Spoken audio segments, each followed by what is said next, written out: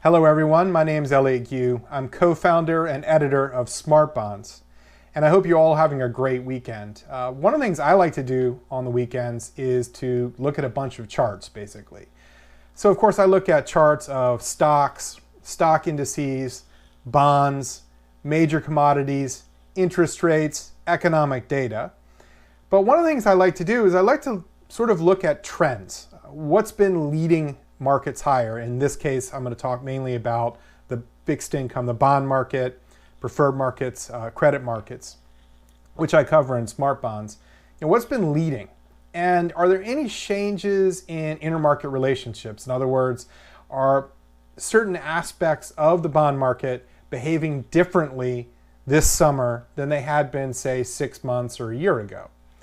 And the answer to that question is actually yes. And I want to talk about a couple of those markets today, and a couple of markets that I think are very interesting as buys right now, that we're looking to maybe add to our exposure in Smart Bonds here over the next couple of weeks. And so I'm going to tell you about two specific areas I'm looking at very closely right now, and why I think we're actually seeing some pretty interesting, I might even go so far as to say historic moves in some of these markets, and I'm pretty excited about that as we move into the autumn.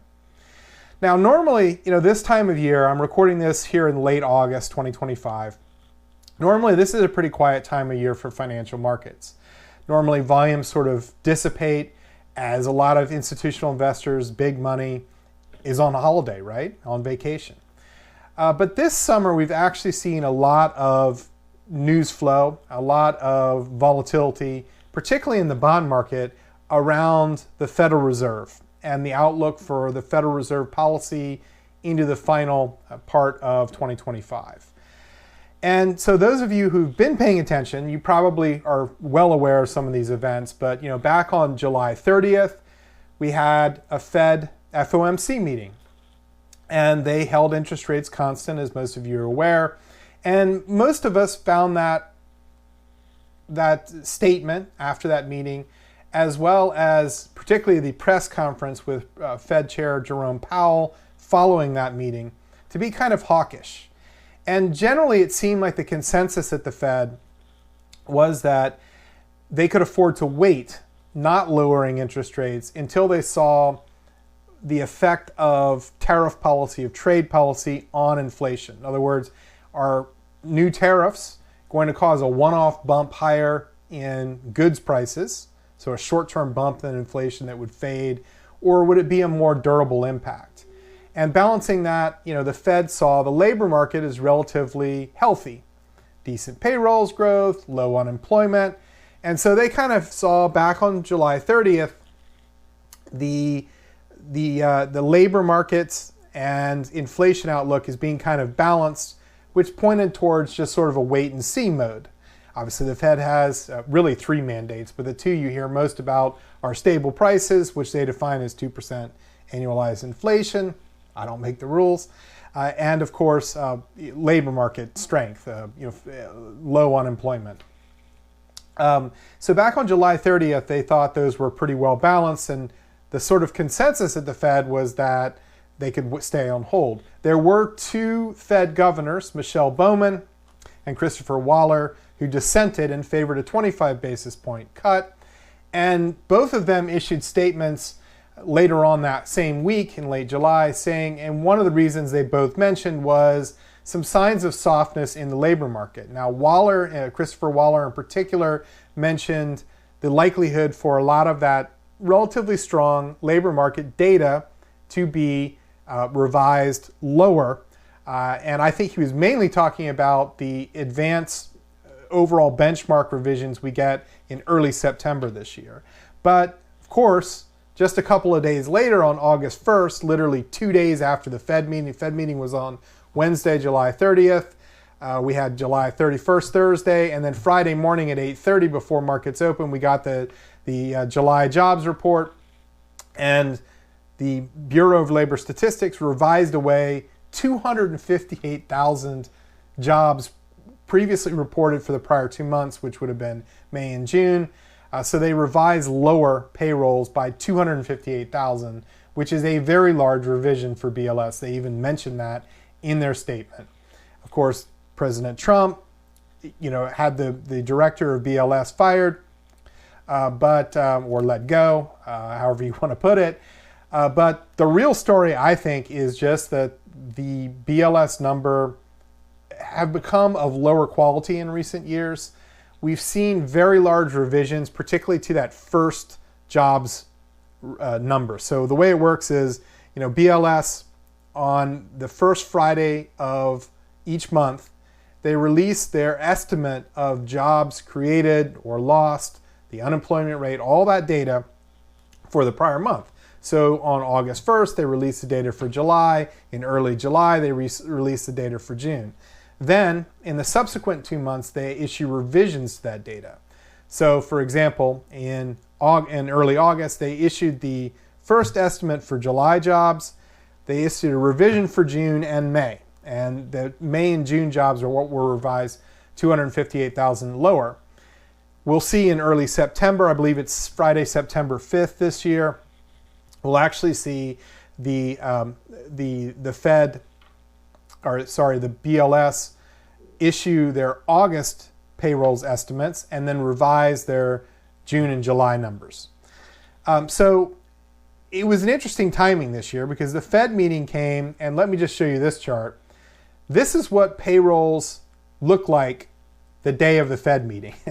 This is the actual latest data we had from BLS before those August 1st revisions, when the Fed meeting was held on that July 30th, Wednesday, July 30th. And you can see that here, and I've included that moving average of payrolls there so you can kind of get an average look at the longer term trend. That's a 6-month moving average.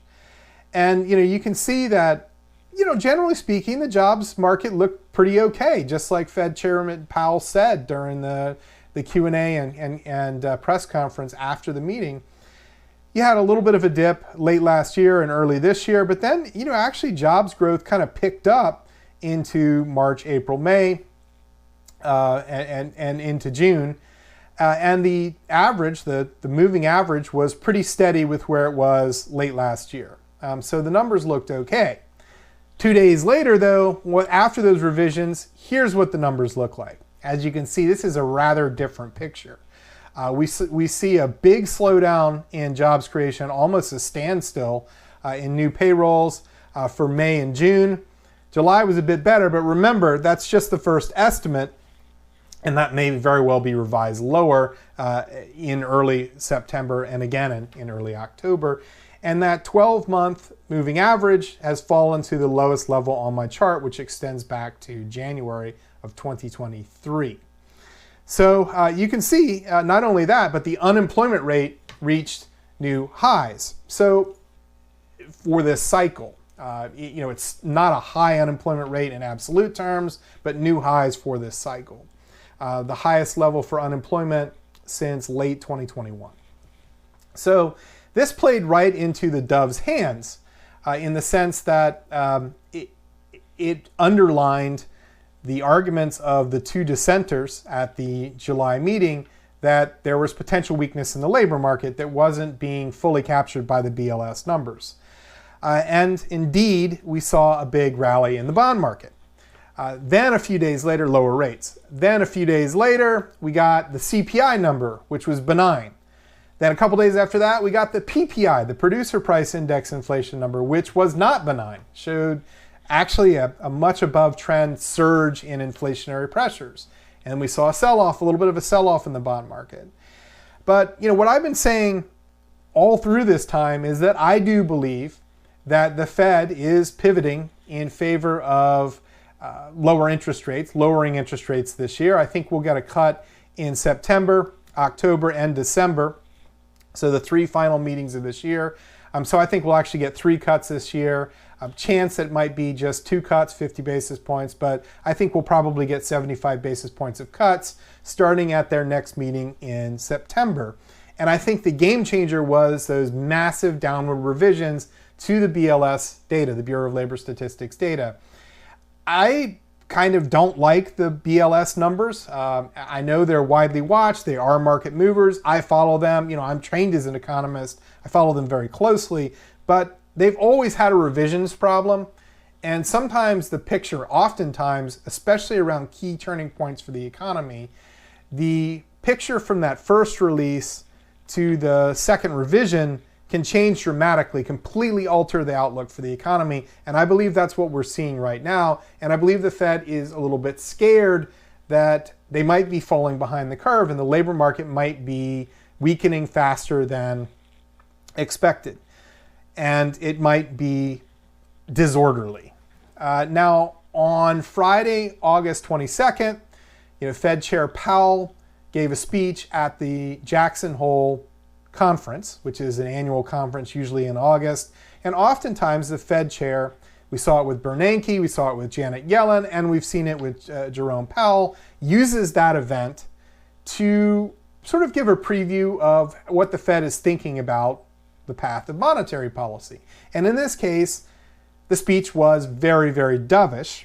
And I'll just throw up one quote from the speech. This is from Jerome Powell, again, just on Friday, August 22nd. He said, overall, while the labor market appears to be in balance, it's a curious kind of balance that results from both a decline in supply and demand for workers. The unusual situation suggests that downside risks to employment are rising. And if those risks materialize, they can do so quickly in the form of sharply higher layoffs and rising unemployment. So he's really highlighting here the potential for not only there to be some weakness in the labor market, but for it to accelerate to a level that might indicate rising risk of recession. Now, let me be clear. I don't think the U.S. economy is going to enter recession this year. I think it's quite possible that some of these revisions could also ultimately disappear in the BLS data. But right now, this is the Fed's thinking.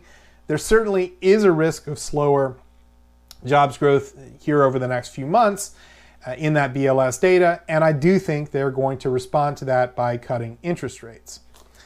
Now, what does that mean for the bond market? Well, one area that I think is very interesting, and I'm going to talk specifically about some areas that I'm interested in right now.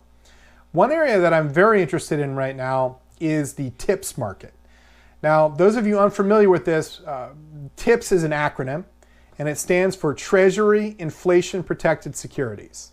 And I wrote an article on this up on the website, I think it was back in March or April. But basically, TIPS are issued by the US government and some foreign governments, which I'll talk about in a minute. And what they do is they adjust the principal of the bond for inflation, CPI, Consumer Price Index inflation. And not core, but headline, overall inflation. So in other words, as if inflation rises, the TIPS bonds compensate the bondholder for the increase in inflation by increasing the principal of the bond. So over time, the principal of the bond adjusts to reflect the inflation. So this tends to be attractive if you're an investor thinking that there's going to be an acceleration in inflationary pressures. You might prefer to own TIPS rather than straight treasuries, which of course the interest you receive, though the credit of the US government is not in question typically, you will receive those principal and interest repayments for the simple reason that the US government borrows in US dollars and can print and create US dollars to pay debts.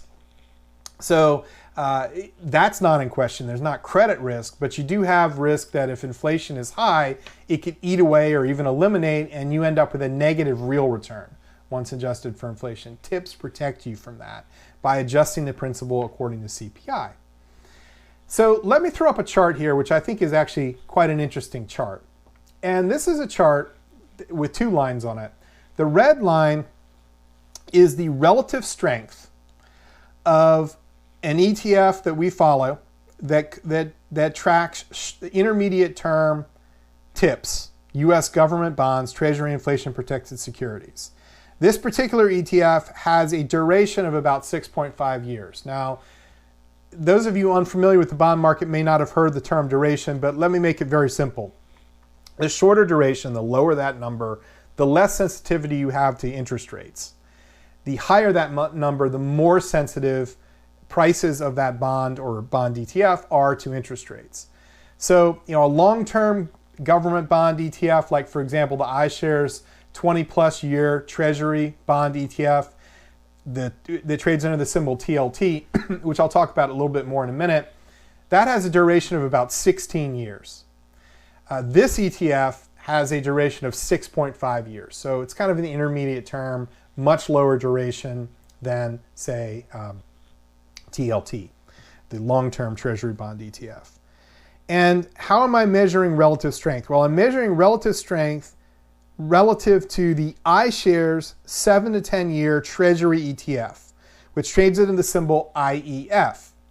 Now, this is an ETF that tracks 7 to 10 year U.S. government bonds, U.S. Treasury bonds. So these are bonds with a maturity 7 to 10 years in the future. The duration of this ETF is right around 6.9 years. So it's a little longer duration than the intermediate term TIPS ETF that we track in Smart Bonds, that we recommend in Smart Bonds, but not much. They're both in that same general range. So a little bit more sensitivity to rates from IEF than the TIPS ETF we're tracking, but not much. So that red line rises when the TIPS ETF is outperforming that IEF, the straight Treasury ETF. The blue line on my chart is actually the 10-year U.S. government bond, and that's based on the yield on the 10-year U.S. government bond, which is based on that right-hand scale. Now, what's interesting here is how, for most of the term of this chart, these two lines have been very closely correlated, right? So when yields were rising in the United States, those TIPS ETFs, the TIPS ETF that we track, tended to be outperforming straight Treasury bonds. When yields were falling, the TIPS ETF tended to be underperforming straight Treasury bonds of similar equivalent duration. So it's literally just the ratio of total return from one ETF to the other. I benchmarked it to a level of 100 going back there to 12/30/2022, the last trading day of 2022. And you can see that up until really mid-January or so this year, the relationship was very close. Just to give you a few examples, we saw a major rise in yields from May 11th of 2023, when the yield on the 10-year U.S. government bond was about 3.4%, up to October 19th of 2023, when the yield on the 10-year U.S. government bond was around 5%. Now, over this time period, so rising yields, we saw the IEF ETF, that 7 to 10-year Treasury ETF, down 10%. The overall bond market aggregate bond index, the Bloomberg U.S. aggregate bond index, was down about 7.1% over this time period, but the intermediate term TIPS ETF we track was only down 5.2%. So all of them were down. Yields rose very rapidly at that time. You might remember that big spike in yields we saw in the autumn of 2023, followed by a V-shaped low in bonds, a V-shaped top in yields, and they fell right back down into early 2024. But TIPS provided you a level of outperformance or a level of protection from that big surge in yields. In contrast, on April 30th of 2024, last year, the yield on the 10-year was at 4.7%. By September 16th of 2024 last year, the yield on the 10-year had dropped all the way to 3.62%, so a decline of over 1%, 100 basis points in yields. The IEF ETF, that straight Treasury ETF, up 10.1%. The Bloomberg U.S. Aggregate Bond Index, which tracks, again, government and corporate bonds, up 8.8%. And the intermediate term TIPS ETF we track was only up 7.1%. So again, over these time periods, when you saw yields rising, you tended to see the TIPS ETF outperform the other straight bond ETFs that I'm talking about, in particular IEF and the Bloomberg Aggregate US Bond Index. And in periods of falling yields, TIPS tended to underperform. Though they would all rise, TIPS would underperform a little bit the overall straight Treasury bond market. So I think there's a really good reason for that. And it is that when yields are rising like that, it often reflects market concerns about inflation, rising inflation. And so that reflects through in the TIPS, the Treasury inflation protected securities, outperforming other straight bonds. Even though they all fall in absolute terms, the TIPS will outperform. And so I think that's mainly what you were seeing back in these prior cycles. But what's interesting here is there has been a shift in my view. And that is starting around the middle of January, we saw the 10-year Treasury yield a little under 5%. It's retested that level a couple of times this year in May and June, near that level. But it's basically been sort of drifting lower over this time period. Now in those historic cycles, you've seen even a relatively modest drift lower in Treasury yields led to big underperformance from TIPS, right? The TIPS ETF. We haven't seen that since mid-January. In fact, we've seen Treasury inflation protected securities hold their own since mid-January, even outperform a little bit on a year-to-date basis the IEF and the Bloomberg Aggregate U.S. government or U.S. bond market index so far this year, despite the fact rates have been coming down. So this is a key shift underway, and just to kind of put it into perspective, it's gotten even more the case since the end of July, since the day after the Fed meeting in late July. Since the end of July, we have seen a decline in yields, as you can see on this chart, the 10-year U.S. government bond yield, but the TIPS ETF we track, that intermediate term TIPS ETF we track, is actually up 1.28% in the month of August. The IEF ETF is only up 1.25%, and the Bloomberg U.S. Aggregate Bond ETF is up 1.13%. So we're seeing the TIPS perform unusually well, despite the dovish tilt we've seen, the decline in Treasury yields we've seen over the last couple of months. We've seen these bonds actually perform really well, outperform the IEF, despite the fact yields are falling, which is a big shift from the pattern that you can clearly see on this chart over the last few years. And what that says to me, my takeaway from that, is that the market is a little worried about inflation. They're worried about inflation remaining above the Fed's target over the intermediate term. As I said, this intermediate term TIPS ETF we recommend has a duration right around 6.5 years. So the market is a little worried about rising inflation or rising inflationary pressures. And so as the Fed shifts to a more dovish bias, the Fed is likely planning to cut rates at least 2 times, maybe 3 times, I expect, this year and into next year. As rates are likely to come down, the market started to price that in, but the market's also saying that inflation is likely to remain above the Fed's target for a period of time at least. So that's sort of supporting the valuations for these TIPS relative to straight U.S. government bonds. TIPS are outperforming what you'd normally expect to see, what we have seen since the end of 2022 in a falling rate environment. They're actually outperforming straight treasuries. And I believe that's a very crucial shift, a very historic shift. It's telling us that the market expects inflation to remain above the Fed's target, even though the Fed is going to cut interest rates. We're also seeing similar shifts underway in other markets. For example, small cap stocks have been outperforming large cap stocks since last month, since July. Now this has happened a few times over the years, so I don't want to make too much of that, but historically small cap stocks tend to outperform large cap stocks when inflation is rising. So that also seems to reflect the view that the Fed is going to ease policy despite the fact inflation is likely to remain above target over the intermediate term.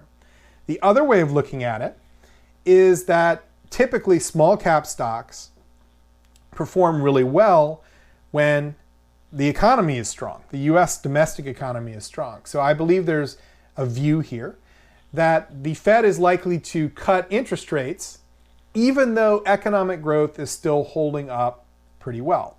I agree with that view. I certainly see a lot of secondary indicators that I follow, such as TSA, the Transportation Security Administration, passenger numbers through US airports, reached record highs this summer, despite the fact people were talking about, consumer spending slowdown.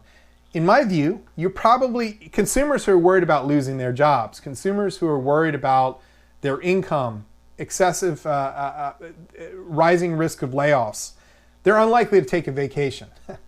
But that's what we saw this summer. So my view is that this is telling us that the market believes inflation is likely bottomed, is likely to remain above the Fed's target, despite the fact that the Fed is going to be easing policy.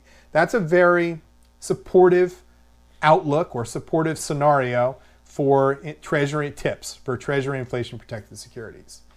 Now, outside the US, we also track an intermediate term TIPS ETF for foreign government bonds. Now, the US is not the only country in the world, in fact, it's not even the first, far from it, that issues inflation protected securities. The United Kingdom was, I believe, the first to do it of the developed countries. We have Germany. We also have some emerging markets like Brazil that issue Treasury inflation protected securities. So these are government bonds issued in the local currency that adjust for whatever the local measure of inflation is. It's obviously not US CPI, but it's whatever the preferred local measure of inflation is for these countries. And these are bonds, as I said, priced in local currency. They're not US dollar bonds. So that's important as well, as I'll get to. But this chart shows the relative strength of the international TIPS to US TIPS. So I'm really just looking at this international inflation protected securities ETF, relative strength to the US intermediate term TIPS ETF I've just been talking about. That's the red line. That blue line, again, is the 10-year US Treasury yield. And you can see that this has actually had kind of the opposite. Whereas the Treasury yield and US TIPS relative to straight US Treasuries were very closely correlated, there's an element of inverse correlation here, where you saw, for example, in the fall of 2023, when yield spikes, international TIPS underperformed US TIPS by a dramatic margin. And there are a couple of reasons for that. One is that this international TIPS ETF we track has a little bit longer duration than the US TIPS. The US TIPS ETF we recommend has about a 6.5-year duration, effective duration. The international TIPS is more like 8. So it is significantly higher. That can have an effect. Obviously, if US or global interest rates are on the rise, and there does tend to be some correlation there, right? A longer duration ETF is likely to underperform a shorter duration ETF, more sensitive to rates. But the bigger factor at work here is actually the US dollar. Now, as I said, and you can see that on this chart, as I said, the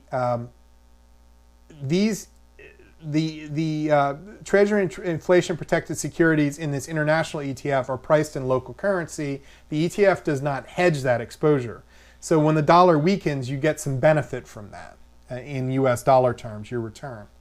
Now what you're seeing here is that the US dollar, which is that red line, which is that blue line, that's the US dollar index. It's basically the value of the dollar against a trade-weighted basket of foreign currencies, the euro, the yen, Canadian dollar, etc. And then that's the blue line. The red line is actually, again, the 10-year Treasury yield in this case. And you can see here that generally speaking, rising yields on the Treasury, a rising red line, have been consistent with a stronger US dollar over the last few years. So we've seen when yields rise or even remain high, right, you tend to see a rally in the US dollar. Now this makes some sense, obviously, because if US interest rates are rising, it makes it more attractive to hold money in dollars and earn that yield. Also, you could say, okay, well, the rising yield means the Fed's trying to stay on top of inflation, and therefore, that's good for the dollar. So we had seen a very close correlation there. But that has kind of broken down this year, as you can see. The yield's been all over the place, but basically flat since late last year. And at the same time, the dollar has weakened substantially. So again, this tells me, this is the market signal, in my view, that inflation is likely to remain elevated and the dollar is likely to weaken. And the Fed and perhaps the federal government are not upset about a weaker dollar. It tends to boost U.S. growth, also boosts U.S. inflation. And generally speaking, the dollar index has been very elevated. The dollar's been very strong late last year. So it has a long way to fall to get down to the levels we saw at prior lows over the last 20 years for the dollar index. The dollar is still relatively strong in terms of the longer term trading range. But we've seen a dramatic weakening in the dollar, whereas yields have remained buoyant to flat, right? So that's a big shift in the trend here. And that has also supported the international TIPS ETF that we track. It has been actually one of the best performing ETFs in the portfolio since we added it earlier this year. And it has been outperforming the US TIPS ETF because of this weaker dollar. Now, I believe the dollar could bounce around a little bit, but generally speaking, I think we're in the early stages of a multi-year weakening in the dollar. And that should also support these global TIPS, which are priced in many currencies. So I see a lot of opportunities both on the US side and globally in these Treasury inflation protected securities, because I think markets are screaming at us right now that their inflation is likely to remain above target over the intermediate to long term. US economic growth is likely to accelerate, and that is likely to, and rates are coming down, and that's likely to put pressure on the US dollar. Now, let me flip over to this chart. I think you'll actually find quite interesting as well. And what this is, I look at the yield on a 30-year US government bond, a 30-year Treasury bond, less the yield on a 10-year US government bond. So the long bond minus the 10-year yield. And the higher this number, the more yield advantage you're getting, the higher the yield from 30-year bonds relative to 10-year US government bonds. Another way of looking at it, though, is that when the 30-year yield is high relative to the 10-year yield, it means that investors are requiring a higher yield. They're asking the government to pay up in terms of interest rates for them to attract buyers to the 30-year, right? So they're having to pay a higher price, a higher yield to borrow money for 30 years than for 10 years. It indicates a reluctance on the part of investors to buy a 30-year US government bond. They're demanding a higher return to compensate for that risk. Of course, the yield is always calculated on an annualized basis, as you probably know. Now, if you look at this chart, you'll see that recently it's the yield advantage or the yield premium for the 30-year over the 10-year has exploded to more than 60 basis points, which is a fancy way of saying 0.60%. A basis point is 1/100%. And we haven't seen it at that level since 2021. And I think what's particularly interesting is that back as recently as February, we were back around 20-25 basis points of premium. So we've exploded tripled really, from 20 basis points earlier this year to over 60 basis points today. And again, I think this is another sign that the market is worried about the longer term inflation outlook. And investors are reluctant to buy a 20 or 30-year US government bond. And so they're requiring the government to pay a higher interest rate to attract buyers to those bond auctions. So again, I think that's a sign that the markets are worried about the intermediate term outlook for inflation, perhaps things like the federal finances, the size of the deficit, etc. And so that also points to worries about inflation, which will support Treasury inflation protected securities.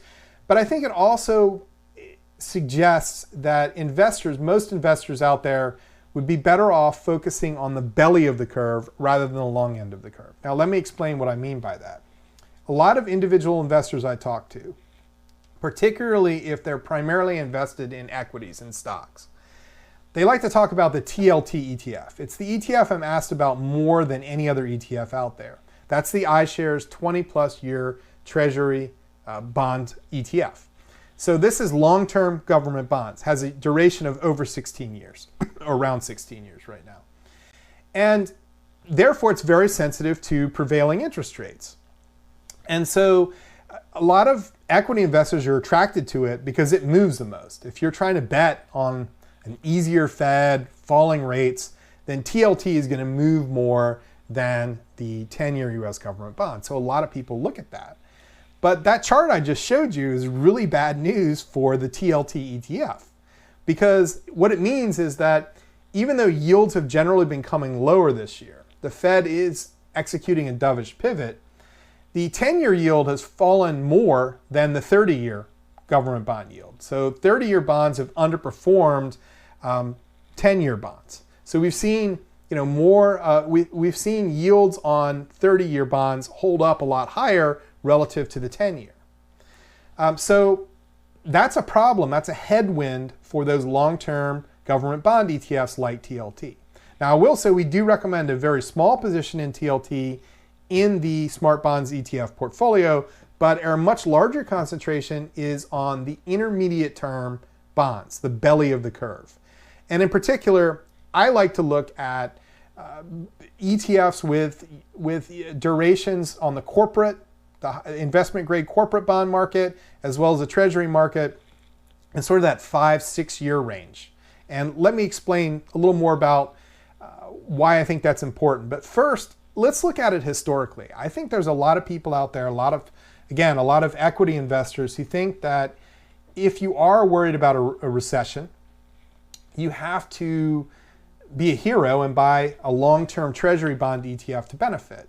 And it's true that if there were to be a recession, if I'm wrong about the US economy, we do see a recession by early next year, TLT ultimately is likely to see the most benefit because of its interest rate sensitivity and the likelihood the Fed would slash rates.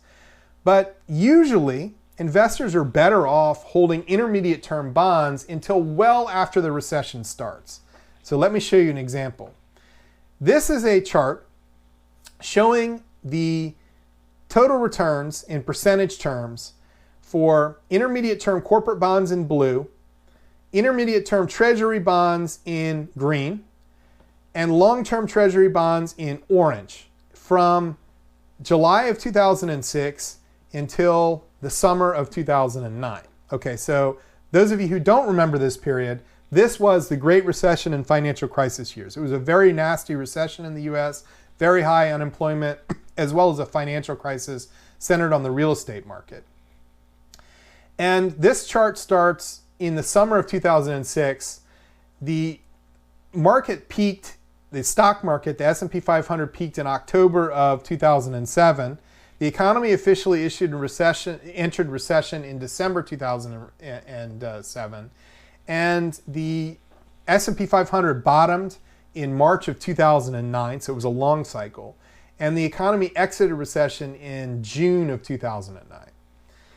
Now you can see here that the orange line and the green line, so that's the long-term treasury total return and the intermediate term treasury total return, tracked one another very, very closely all the way up until September 2008.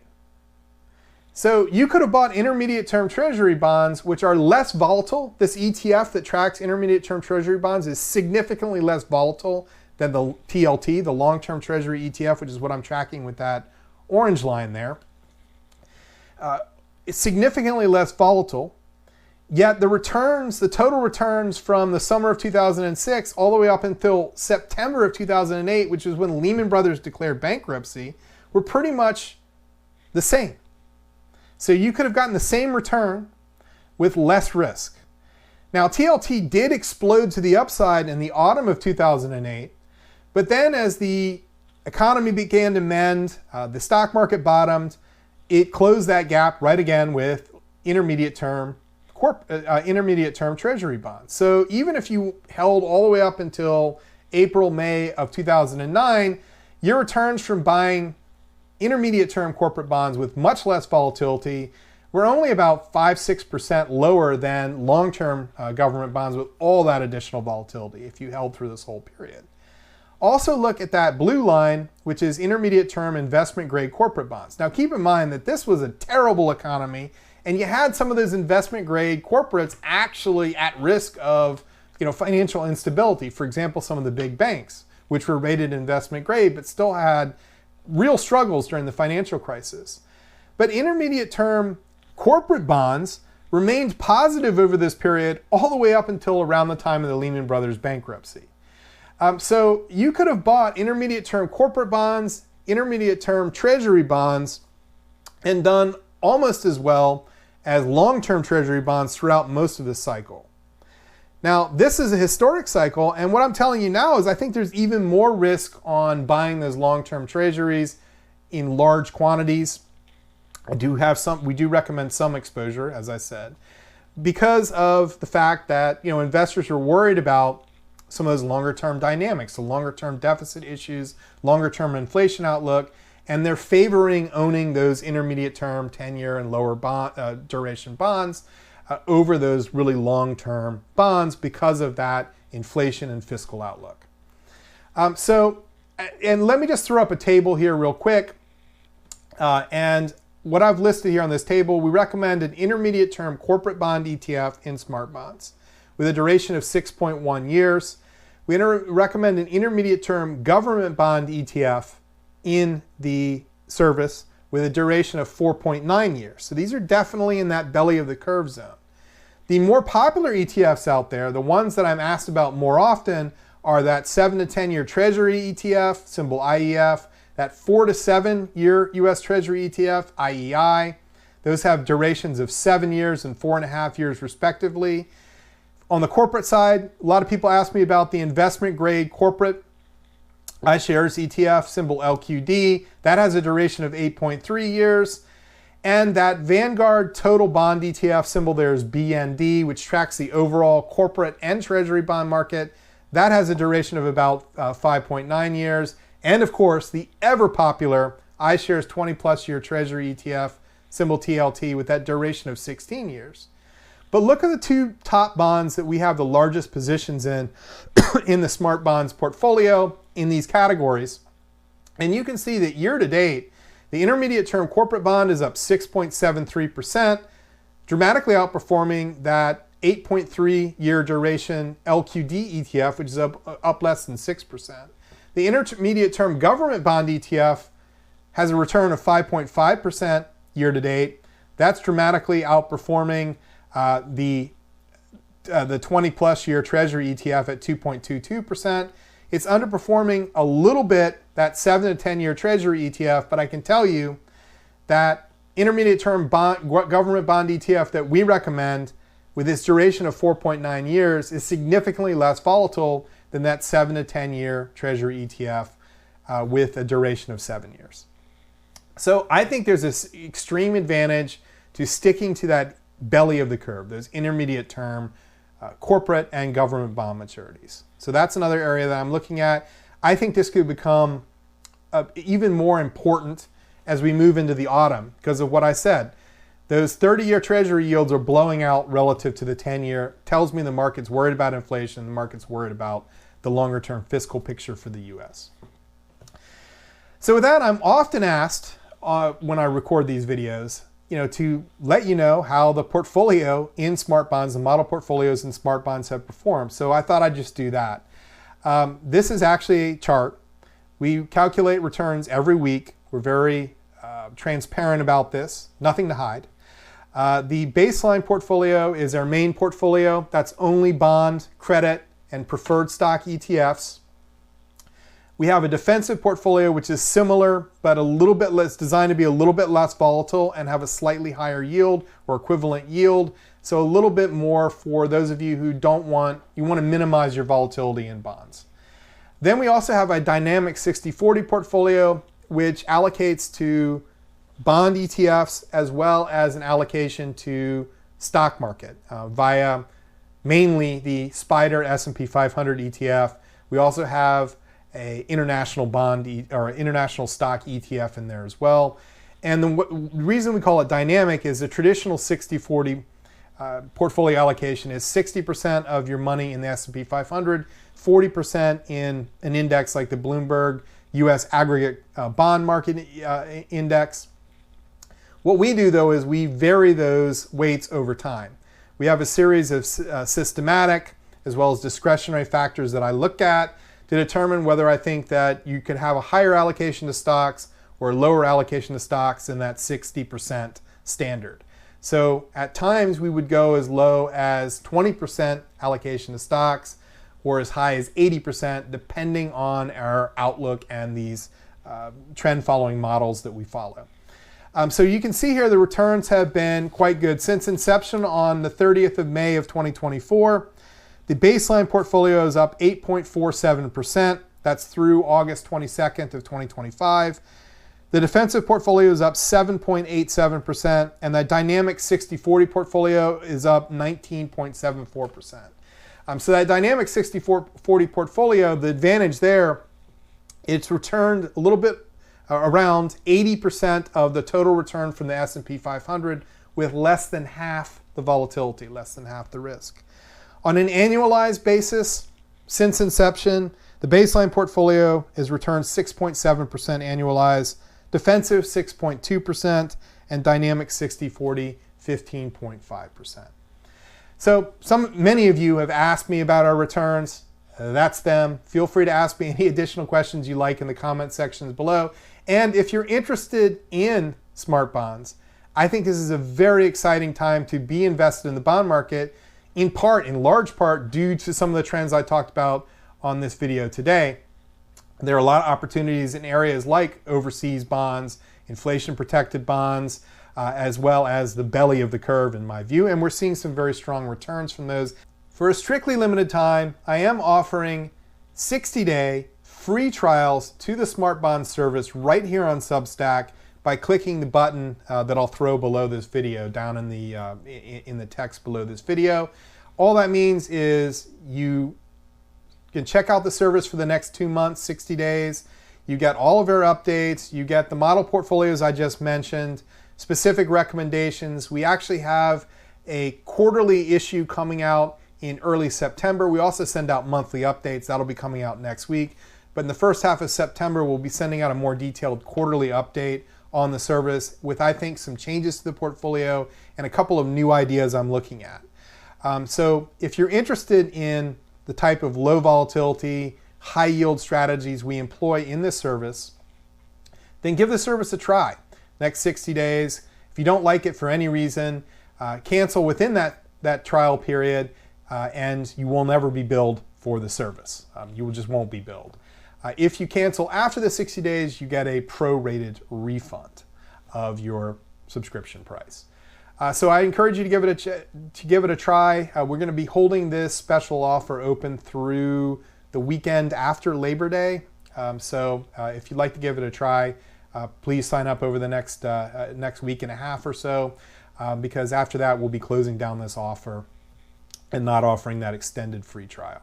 So I hope you found this video useful.